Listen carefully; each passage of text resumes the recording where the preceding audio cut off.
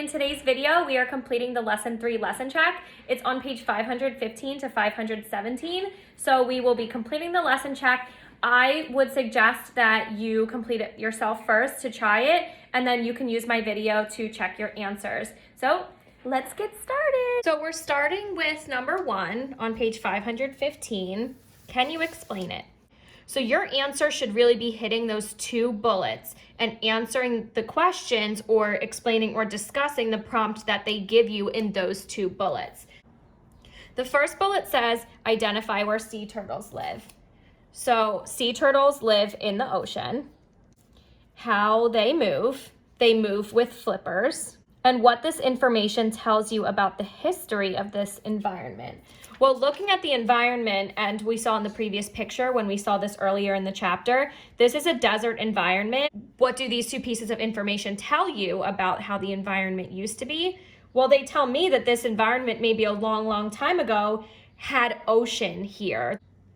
So on to the second bullet, discuss how the turtle fossil may have become exposed over time. I'm thinking that it might have become exposed over time due to things that happen due to weather, like erosion. When things erode, they wear away. So wind and water can erode materials like sand in a desert, and then maybe over time, this fossil was exposed. So this is what my response said. I used the information that I wrote down in my bullet points and what I discussed to help me create my answer. I broke it down. This is bullet point 1 and this is bullet point 2. Number 2 says choose the word or words to complete the sentence. A blank indicates an aquatic environment once existed in an area. Remember, the word aquatic means ocean. So out of these words in our word bank, which one would most relate to the ocean? A fish fossil. Fish live in the ocean. Number 3 says choose the correct word to complete the sentence. We have youngest, thickest, and oldest. If there are 4 rock layers, the layer at the bottom is most likely the layer at the bottom is always the oldest, and the layer at the top is the youngest. Looking at number 4, already we see a dark, blurry picture that I have no idea what it is when I'm looking at it. Examine the rock layers, then answer the question. Consider what you can observe in the image. Is there evidence in the image that this environment has changed over time? Make a claim by circling yes or no. So when you're making a claim, you are making a statement that can be supported with facts. So our claim is our statement of yes or no, and our fact is going to be either A, B, C, or D. The fact supports our answer. I even pulled up my teacher's manual to try to figure out what is in these pictures. So it looks like in the bottom rock layer, it looks like a fossilized leaf. In the middle layer, that looks to be like some kind of mammal. It has maybe tusks or something. Definitely has legs that would be used to run. And then the top layer, maybe a deer. That might be like a deer fossil. So the first thing I'm thinking here is that all of these fossils are land fossils. We didn't find any fossilized shrimp. We didn't find any fossilized coral or fish. So my first clue in looking at this picture as to what my claim could be is that these are all land fossils. This land might have changed over time, but not in a drastic way where it went from ocean to mostly land. Consider what you can observe in the image. Is there evidence in the image that this environment has changed over time? That's a tough question because I feel like every environment changes over time. It could have been a little change. It could have been a big change. Let's read through the answers and make a decision. A, the fossils are all terrestrial, so there is no evidence that an aquatic environment once existed here. That is actually true, so I'm just going to write true next to that because these are all terrestrial fossils. they're all land fossils, so there's really no evidence of an aquatic environment because all of the fossils are land fossils. B, there are only 5 rock layers. This does not provide enough evidence to state whether or not the environment has changed. Well, we see 3 prominent rock layers, so I don't know if you can really count the layers here. I'm going to go with, I don't think that one's true. C, the layers are made of different types of rock. This shows that the environment has changed over time. It's kind of dark to see, but there are different layers of rock, but I don't know if that necessarily indicates a massive change. So I'm still thinking that A is the truest here. D, the 3 fossils shown are different types of animals. This shows that the environment changed over time. Well, that's not true because this isn't an animal, it's a leaf. But also, even if they were different animals, if they're all land-dwelling animals, then that wouldn't really indicate a massive change. I think A is our answer. Is there evidence in the image that this environment has changed over time? I'm going to go with no, because I don't really think that there's like too much supporting evidence that a massive change happened here over time. So we're going to say A is our answer. So for number 5, what can show that the type of environment in an area has changed over time? Already brainstorming and thinking about what the answer could be, we see change in different types of fossils is what we've been looking at throughout the entire chapter. Is changes can be seen when different, various, and vastly different fossils are seen in rock layers of the same rock formation. So A, many fossils in different layers of rock. B, fossils from different climates in different layers of rock. I think that might be our answer. C, no fossils in any layers of rock. Well, that wouldn't be evidence of anything. D, land and water fossils in 2 layers of rock near each other. That's kind of confusing. Okay, there's circle all that apply. Okay, I was thinking there's 2 answers that make a lot of sense, and they're B and D. Fossils from different climates, so differing weather environments in different layers, and land and water in 2 layers of rock near each other. So we can see that in the different layers, there was a change between like layer A and layer B. So B and D are your answers here for number 5.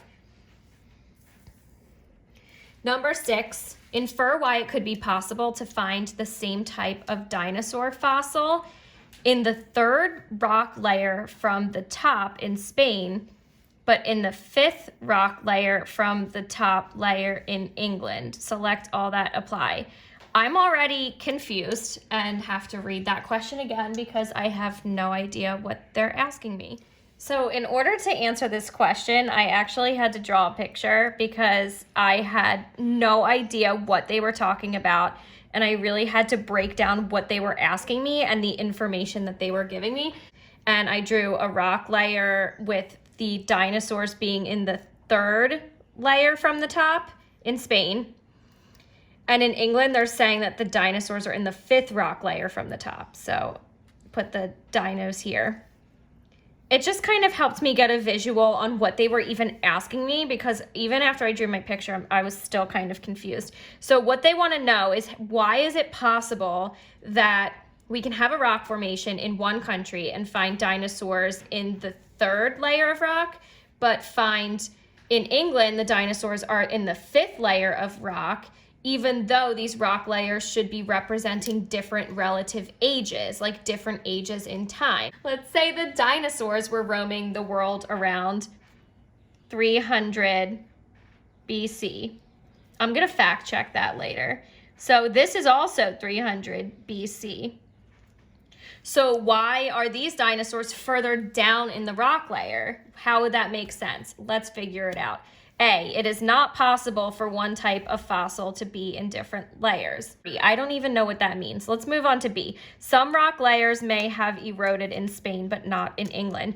That one seems to be true because rock can erode and wear away over time. So maybe over time, some of those top layers that are here in the rock in England eroded from this rock. That's kind of why I drew it like it looks like it eroded a little bit, like it got worn away.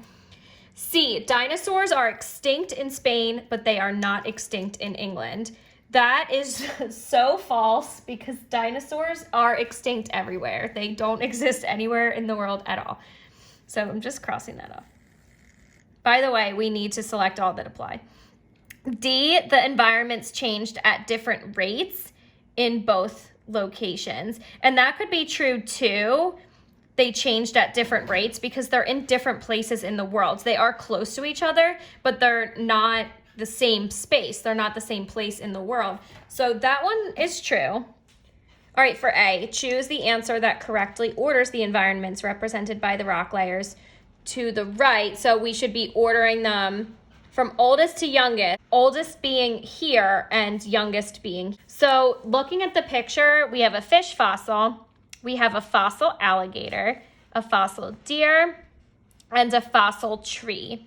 So the fish fossil would tell you what kind of environment is in the oldest rock layer. We're looking for something like a lake or an ocean to prove that there would be a fish there, that the fish needs to be in a lake. And we're doing oldest to youngest. So alligator, would he be in a swamp or a grassland? Grasslands are vast open spaces that are just grass, and grazing animals would live there, not an alligator. He would live in the swamp. Let's just prove that the last two make sense. Forest deer would live in a grassland. That is correct.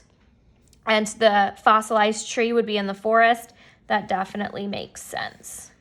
So A is our answer. B, what are some limitations of using fossils to learn about past environments? Select all that apply. What are the limits in scientists using fossils to learn about the past? A, fossils are not common in many places. That is very true. They're more common in some places than others. B, fossils might indicate more than one type of environment. That is true as well, in my opinion, because we've seen it, especially in this picture. More than one type of environment is happening here. There's more than one type of environment. It might get a little bit confusing. The layers might have gotten messed up over time. That could be a limit. So I think A and B might be two answers here. Fossils do not show enough detail to identify an environment. We don't have to be super detailed. We just have to be able to tell what type of structures they have. The fish has fins, so if we see it, we know that the environment would be aquatic. If there was a tree there, we know that there was probably a forest there at some point, like the petrified forest that we learned about earlier in the chapter.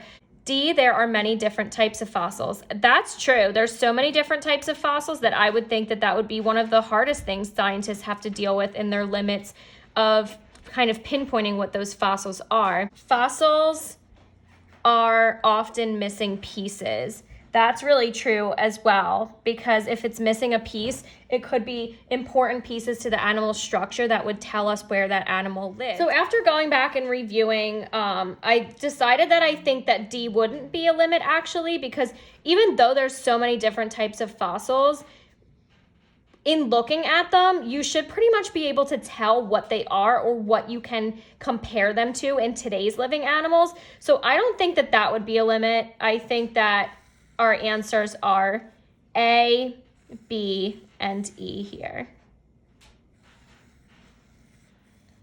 So now we just have C. Rock layers can be disrupted when rock is worn away by blank. Rock layers have been disrupted, but you can use blank to tell when two disrupted layers are the same age. Earthquakes are definitely something we've said over and over again can disrupt the rock layers and cause them to shift. And what we can use to tell if two disrupted layers are the same age are fossils. If you're finding similar fossils, then you can tell that those rock layers were probably from the same age and time. All right, and that is the end of today's science video. I hope that that was helpful in answering your questions and going over what your answers might have been, and have a wonderful day.